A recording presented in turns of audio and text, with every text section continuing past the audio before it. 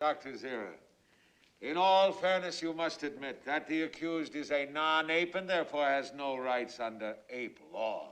Then why is he called the accused? Your honors must think him guilty of something. It is not being tried, he's being disposed of.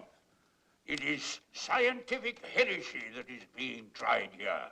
Well put, Dr. Zayas.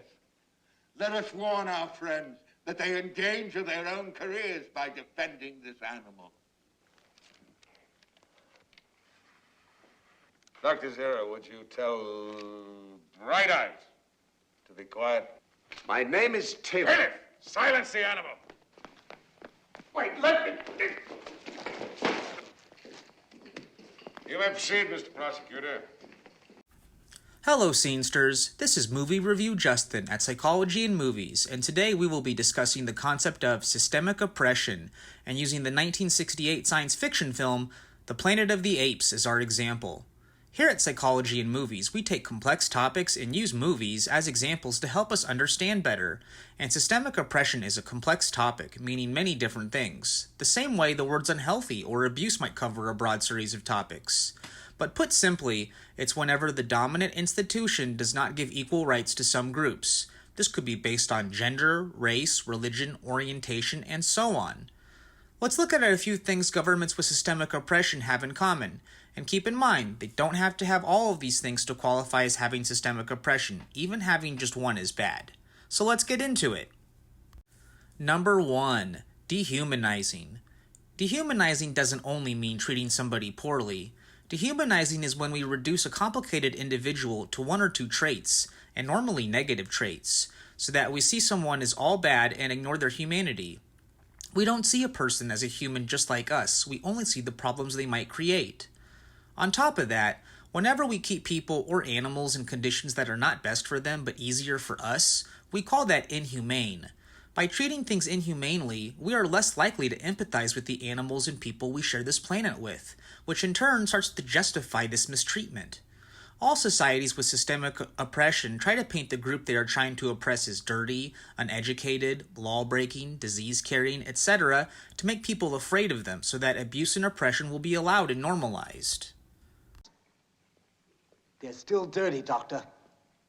And the bite is septic. There, look at that. Number 2. Bureaucracy. Governments that use systemic oppression will have a lot of bureaucracy and lawyer speak to make situations seem murky or give themselves advantages in court. First, they will use very specific wording in laws so that it might seem fair, but will ultimately exclude many people. The simplest thing they can do is not recognize certain groups as persons. And once you label someone as not a person, then committing crimes against them is no longer illegal. But aside from this, the society will use bureaucracy to slow down or defeat any internal dissent.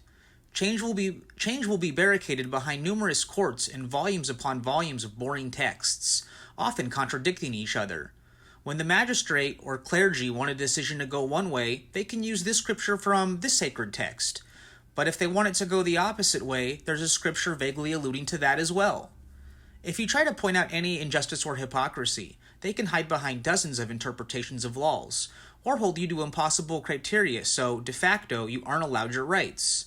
Like how the American citizenship test was so hard, many native-born Americans couldn't pass it. Anyway, there will be many layers of vagueness and bureaucracy to ensure no changes ever take place. Number 3. Sabotaging. Another nasty form of systemic oppression is the systemized sabotaging of another group so that that group never organizes and threatens the dominant power. We've had it here in America with union busting. There was the Great Famine in Ireland in 1845 done by Great Britain. But here in the Planet of the Apes, the simians have terrorized and dispersed the remaining humans and constantly scattered them to keep their population low. They sabotage their mating, their organizing, and their culture by hunting and abusing them so that humans never rise up and take back their guns and land. But governments still do it today in various ways. Whether it's as extreme as burning out natives off their lands like they did in the Amazon and to the Aborigines, or something as subtle as not letting certain groups own land or bank accounts. Governments can sabotage groups to keep them from uprising. Number 4. Theocracy. Theocracy is a form of government ran by religious leaders and clergy. In a theocratic government, their word reigns as ultimate supreme, because a religious leader can always invoke the name of God, whereas the average citizen cannot. This means that whenever a religious leader wants, they can simply declare something to be the will of God without having to offer any proof. Instead, they will simply make disbelief or unbelieving punishable and call it heresy or apostasy. No theocratic government will ever hold itself accountable when it views itself as divine, infallible, and all-knowing, and by declaring, usually themselves, supreme divine rulers guided by God over everyone, they have no accountability or justice or fairness to other groups, only to their God, regardless of whether they're real or fictional. Notice how in Planet of the Apes, everyone worships an ape god, and they feel they were made in his image. When a nation or government declares itself as chosen by God to do whatever it wants, should other countries and peoples just accept that? Will they?